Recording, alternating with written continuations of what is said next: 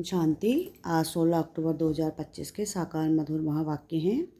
मीठे बच्चे, एकांत में बैठ अब ऐसा अभ्यास करो जो अनुभव हो कि मैं शरीर से भिन्न आत्मा हूँ। इसको ही जीते जी मरना कहा जाता है। प्रश्न है आज की मुरली का कि एकांत का अर्थ क्या है। एकांत में बैठ तुमको कौन सा अनुभव करना है। उत्तर है इसका, एकांत का अर्थ है एक की याद में इस शरीर का अंत हो। अर्थात एकांत में बैठ ऐसा अनुभव करो कि मैं आत्मा इस शरीर यानी चमड़ी को छोड़ बाप के पास वापस जाती हूँ। कोई भी याद ना रहे, बैठे बैठे अशरीरी हो जाओ, जैसे कि हम इस शरीर से मर गए। बस हम आत्मा हैं, शिव बाबा के बच्चे हैं। इस प्रैक्टिस से देह भान टूटता जाएगा। ओम शांति। बच्चों को बाप पहले पहले समझाते हैं कि मीठे मीठे बच्चों, जब जहाँ बैठते हो तो अपने को आत्मा समझ बाप को याद करते रहो और कोई तरफ बुद्धि नहीं जानी चाहिए। यह तुम बच्चे जानते हो कि हम आत्मा हैं। पाठ हम आत्मा बजाती हैं इस शरीर द्वारा। आत्मा अविनाशी, शरीर विनाशी है।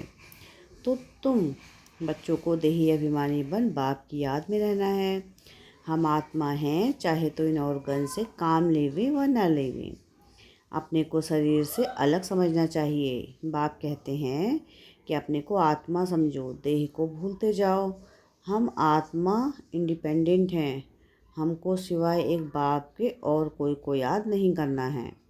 जीते जी मौत की अवस्था में रहना है। हम आत्मा का योग रहना है अब बाप के साथ। बाकी तो दुनिया से, घर से मर गए। कहते हैं ना, आप मुए मर गई दुनिया। जब जीते जी तुमको मरना है। हम आत्मा शिव बाबा के बच्चे हैं। शरीर का भान उड़ाते रहना चाहिए। बाप कहते हैं अपने को आत्मा समझो और मुझे याद करो। शरीर का भान छोड़ो। यह पुराना शरीर है ना, पुरानी चीज़ को छोड़ा जाता है ना। अपने को अशरीरी समझो। अभी तुमको बाप को याद करते करते बाप के पास जाना है। ऐसे करते करते फिर तुमको याद पड़ जाएगी। अभी तो तुमको घर जाना है, फिर इस पुरानी दुनिया को याद क्यों करें। एकांत में बैठ ऐसे अपने साथ मेहनत करनी है। भक्ति मार्ग में भी कोठरी में अंदर बैठ माला फेरते हैं, पूजा करते हैं। तुम भी एकांत में बैठ यह कोशिश करो कि आदत पड़ जाएगी। तुमको मुख से तो कुछ बोलना नहीं है, इसमें है बुद्धि की बात। शिव बाबा तो है सिखलाने वाला, उनको तो पुरुषार्थ नहीं करना है। यह बाबा पुरुषार्थ करते हैं। वह फिर तुमको बच्चों को भी समझाते हैं। जितना हो सके ऐसे बैठकर विचार करो। अभी हमको जाना है अपने घर। इस शरीर को तो यहाँ छोड़ना है। बाप को याद करने से ही विकर्म विनाश होंगे और आयु भी बढ़ेगी। अंदर यह चिंतन चलना चाहिए, बाहर में कुछ बोलना नहीं है। भक्ति मार्ग में भी ब्रह्म तत्व को या कोई शिव को भी याद करते हैं, परंतु वह याद कोई यथार्थ नहीं है। बाप का परिचय ही नहीं तो याद कैसे करें। तुमको अब बाप का परिचय मिला है। सवेरे सवेरे उठकर एकांत में ऐसे अपने आप के साथ बातें करते रहो। विचार सागर मंथन करो। बाप को याद करो।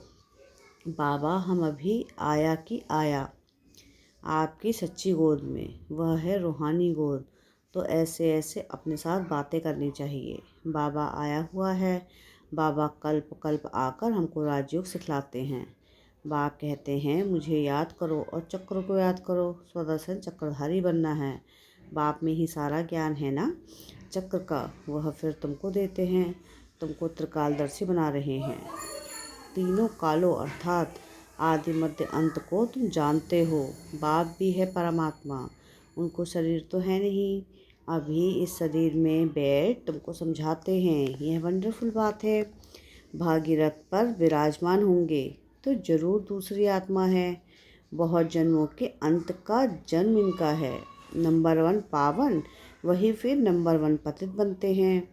वह अपने को भगवान विष्णु आदि को तो कहते नहीं। यहाँ एक ही आत्मा पावन है नहीं। यहाँ एक भी आत्मा पावन नहीं है, वह सब पतित ही हैं। तो बाबा बच्चों को समझाते हैं ऐसे ऐसे विचार सागर मंथन करो तो इससे तुमको खुशी भी रहेगी। इसमें एकांत भी जरूर चाहिए। एक की याद में शरीर कांत होता है, उनको कहा जाता है एकांत। यह चमड़ी छूट जाएगी। सन्यासी भी ब्रह्म की याद में व तत्व की याद में रहते हैं। उस याद में रहते रहते शरीर का भान छूट जाता है। बस हमको ब्रह्म में लीन होना है। ऐसे बैठ जाते हैं। तपस्या में बैठे बैठे शरीर छोड़ देते हैं। भक्ति में तो मनुष्य बहुत धक्के खाते हैं। इसमें धक्के खाने की बात नहीं, याद में ही रहना है। पिछाड़ी में कोई याद ना रहे, गृहस्थ व्यवहार में तो रहना ही है। बाकी टाइम निकालना है। स्टूडेंट को पढ़ाई का शौक़ होता है ना, यह पढ़ाई है। अपने को आत्मा न समझने से बाप, टीचर, गुरु सबको भूल जाते हैं। एकांत में बैठ ऐसे ऐसे विचार करो। गृहस्थी घर में तो वाइब्रेशन ठीक नहीं रहता है। अगर अलग प्रबंध है तो एक कोठरी में एकांत में बैठ जाओ। माताओं को तो दिन में भी टाइम मिलता है। बच्चे आदि स्कूल में चले जाते हैं। जितना टाइम मिले यही कोशिश करते रहो। तुमको तो एक घर है, बाप को तो कितने ढेर के ढेर दुकान हैं और ही वृद्धि होती जाएगी। मनुष्यों को तो धंधे आदि की चिंता होती है तो नींद भी फिर जाती है। यह व्यापार भी है ना, कितना बड़ा सर्राफ है, कितना बड़ा मट्टा सट्टा करते हैं। पुराने शरीर आदि लेकर नया देते हैं, सबको रास्ता बताते हैं। यह भी धंधा उनको करना है। यह व्यापार तो बहुत बड़ा है। व्यापारी को व्यापार का ही ख्याल रहता है। बाबा ऐसे ऐसे प्रैक्टिस करते हैं, फिर बतलाते हैं ऐसे ऐसे करो। जितना तुम बाप की याद में रहेंगे तो स्वतः ही नींद फिर जाएगी। कमाई में आत्मा को बहुत मज़ा आएगा। कमाई के लिए मनुष्य रात में भी जागते हैं। सीजन में सारी रात भी दुकान खुला रहता है। तुम्हारी कमाई रात को और सवेरे को बहुत अच्छी होगी। स्वदर्शन चक्रधारी बनेंगे, त्रिकालदर्शी बनेंगे। 21 जन्म के लिए धन इकट्ठा करते हैं। मनुष्य साहूकार बनने के लिए पुरुषार्थ करते हैं। तुम भी बाप को याद करेंगे तो विकर्म विनाश होंगे, बल मिलेगा। याद की यात्रा पर नहीं रहेंगे तो बहुत घाटा पड़ जाएगा, क्योंकि सिर पर पापों का बोझा बहुत है। अब जमा करना है, एक को याद करना है और त्रिकालदर्शी बनना है। यह अविनाशी धन आधा कल्प के लिए इकट्ठा करना है। यह तो बहुत वैल्यूबल है। विचार सागर मंथन कर धन निकालने हैं। बाबा जैसे खुद करते हैं बच्चों को भी युक्ति बतलाते हैं। कहते हैं बाबा माया के तूफान बहुत आते हैं। बाबा कहते हैं जितना हो सके अपनी कमाई करनी है, यही काम आनी है। एकांत में बैठ बाप को याद करना है। फुर्सत है तो सर्विस भी मंदिरों आदि में बहुत कर सकते हो। बैच जरूर लगा रहे, सब समझ जाएंगे। यह रूहानी मिलिट्री है। तुम लिखते भी हो, हम स्वर्ग की स्थापना कर रहे हैं। आदि सनातन देवी देवता धर्म था, अब नहीं है। जो फिर स्थापन करते हैं, यह लक्ष्मी नारायण एम ऑब्जेक्ट है ना। कोई समय यह ट्रांसलाइट का चित्र बैटरी सहित उठाकर परिक्रमा देंगे और सबको कहेंगे यह राज्य हम स्थापन कर रहे हैं। यह चित्र सबसे फर्स्ट क्लास है। यह चित्र बहुत नामी ग्रामी हो जाएगा। लक्ष्मी नारायण सिर्फ एक तो नहीं थे, उन्हों की राजधानी थी ना। यह स्वराज स्थापन कर रहे हैं। अब बाप कहते हैं मन मना भाव। बाप को याद करो तो विकर्म विनाश होंगे। कहते हैं हम गीता का सप्ताह मनाएंगे। यह सब प्लान कल्प पहले मुआफिक बन रहे हैं। परिक्रमा में यह चित्र लेना पड़े, इनको देखकर सब खुश होंगे। तुम कहेंगे बाप को और वर्षे को याद करो। मन मना भाव यह गीत के अक्षर है ना। मन मना भाव शिव बाबा हैं। वह कहते हैं मुझे याद करो तो विकर्म विनाश होंगे। 84 के चक्र को याद करो तो यह बन जाएंगे। लिटरेचर भी तुम सौगात देते रहो। शिव बाबा का भंडारा तो सदा भरपूर है। आगे चलकर बहुत सर्विस होगी। एम ऑब्जेक्ट कितनी क्लियर है। एक राज्य एक धर्म था, बहुत साहूकार थे। मनुष्य चाहते हैं कि एक राज्य एक धर्म हो। मनुष्य जो चाहते हैं सो अब आसार दिखाई पड़ते हैं। फिर समझेंगे यह तो ठीक कहते हैं। 100% पवित्रता सुख शांति का राज्य फिर से स्थापन कर रहे हैं। फिर तुमको खुशी भी रहेगी। याद में रहने से ही तीर लगेगा। शांति में रहे थोड़े अक्षर ही बोलने हैं, जास्ती आवाज़ नहीं। गीत कविताएं आदि कुछ भी बाबा पसंद नहीं करते। बाहर वाले मनुष्यों से रीस नहीं करनी है। तुम्हारी बात ही है अपने को आत्मा समझ बाप को याद करना। बस स्लोगन भी अच्छे हों जो मनुष्य पढ़कर जागे। बच्चे वृद्धि को पाते रहते हैं। खजाना तो भरपूर रहता है, बच्चों को दिया हुआ फिर बच्चों के काम में भी आता है। बाप तो पैसे नहीं ले आते हैं, तुम्हारी चीज़ें तुम्हारे काम में आती हैं। भारतवासी जानते हैं हम बहुत सुधार कर रहे हैं। 5 वर्ष के अंदर इतना अनाज होगा जो अनाज की कभी तकलीफ नहीं होगी। और तुम जानते हो ऐसी हालत होगी जो अन्न खाने के लिए नहीं मिलेगा। ऐसे नहीं अनाज कोई सस्ता होगा। तुम बच्चे जानते हो हम 21 जन्म के लिए अपना राज्य भाग्य पा रहे हैं, पर थोड़ी बहुत तकलीफ तो सहन करनी ही है। कहा जाता है खुशी जैसी खुराक नहीं। अतीन्द्रिय सुख गोपियों का गाया हुआ है। ढेर बच्चे हो जाएंगे, जो भी सैंपलिंग वाले होंगे वह आते जाएंगे। झाड़ यहाँ ही बढ़ना है ना, स्थापन हो रही है। और धर्म में ऐसा नहीं होता है, वह तो ऊपर से आते हैं। यह तो जैसे कि झाड़ स्थापन हुआ ही पड़ा है, इसमें फिर नंबरवार आते जाएंगे, वृद्धि को पाते जाएंगे। तकलीफ कुछ नहीं, उन्हों को तो ऊपर से आकर पाठ बजाना ही है। इसमें महिमा की क्या बात है। धर्म स्थापन के पिछाड़ी आते रहते हैं। वह शिक्षा क्या देंगे सदगति की? कुछ भी नहीं। यहाँ तो बाप भविष्य देवी देवता धर्म की स्थापना कर रहे हैं। संगम युग पर नया सैंपलिंग लगाते हैं ना। पहले पौधे को गमले में लगाकर फिर नीचे लगा देते हैं, वृद्धि होती जाती है। तुम भी अब पौधा लगा रहे हो, फिर सतयुग में वृद्धि को पाए राज्य भाग्य पाएंगे। तुम नई दुनिया की स्थापना कर रहे हो। मनुष्य समझते हैं अर्जुन कलयुग में बहुत वर्ष पड़े हैं, क्योंकि शास्त्रों में लाखों वर्ष लिख दिए हैं।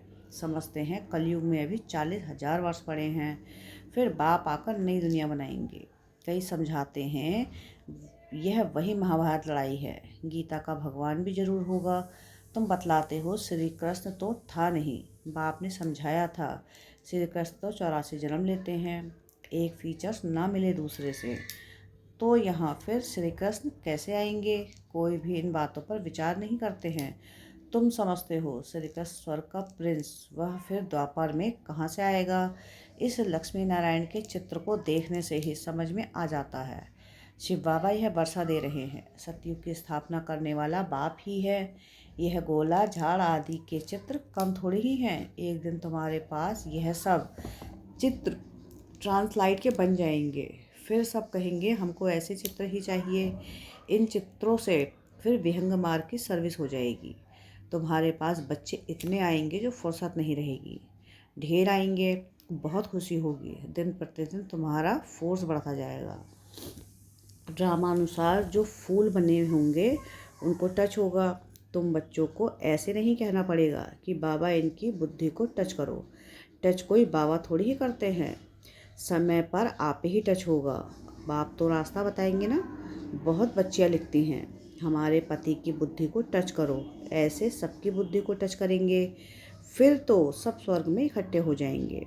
पढ़ाई की ही मेहनत है, तुम खुदाई खिदमतगार हो ना। सच्ची सच्ची बात बाबा पहले से ही बता देते हैं क्या क्या करना है। ऐसे चित्र ले जाने पड़ेंगे, सीढ़ी का भी ले जाना पड़े। ड्रामा अनुसार स्थापना तो होनी ही है। बाबा सर्विस के लिए जो डायरेक्शन देते हैं उस पर ध्यान देना है। बाबा कहते हैं बैजेस किस्म किस्म के लाखों बनाओ। ट्रेन की टिकट लेकर 100 माइल तक सर्विस करके जाओ। एक डिब्बे से दूसरे डिब्बे में, फिर तीसरे में, बहुत सहज है। बच्चों को सर्विस का शौक़ रहना चाहिए। अच्छा, मीठे मीठे से खिलते बच्चों प्रति माता पिता बाप दादा का याद प्यार और गुड मॉर्निंग। रूहानी बाप की रूहानी बच्चों को नमस्ते। हम रूहानी बच्चों की रूहानी बाप दादा को याद प्यार गुड मॉर्निंग और नमस्ते। शुक्रिया प्यारे बाबा, शुक्रिया। धारणा के लिए मुख्य सार है। सार की पहली पॉइंट है कि विचार सागर मंथन कर अच्छे अच्छे रत्न निकालने हैं, कमाई जमा करनी है, सच्चा सच्चा खुदाई खिदमतगार बन सेवा करनी है। सेकंड पॉइंट है कि पढ़ाई का बहुत शौक़ रखना है, जब भी समय मिले एकांत में चले जाना है। ऐसा अभ्यास हो तो जीते जी इस शरीर से मरे हुए हैं। इस स्टेज का अनुभव होता रहे, देह का भान भी भूल जाए।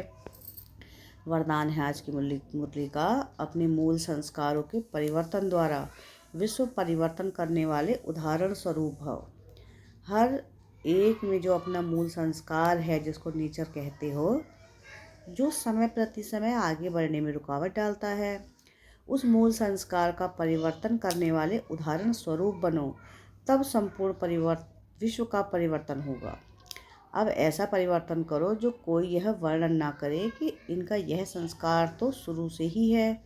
जब परसेंटेज में अंश मात्र में पुराना कोई संस्कार दिखाई ना दे, वर्णन ना हो, तब कहेंगे यह संपूर्ण परिवर्तन के उदाहरण हैं। स्लोगन है आज की मुरली का, अब प्रयत्न का समय बीत गया, इसलिए दिल से प्रतिज्ञा कर जीवन का परिवर्तन करो। अब व्यक्ति सारे हैं, स्वयं और सर्व के प्रति मनसा द्वारा योग की शक्तियों का प्रयोग करो। जैसे साइंस प्रयोग में आती है तो समझते हैं कि साइंस अच्छा काम करती है, ऐसे साइलेंस की शक्ति का प्रयोग करो। इसके लिए एकाग्रता का अभ्यास बढ़ाओ। एकाग्रता का मूल आधार है मन की कंट्रोलिंग पावर, जिससे मनोबल बढ़ता है। इसके लिए एकांतवासी बनो। अच्छा, ओम शांति।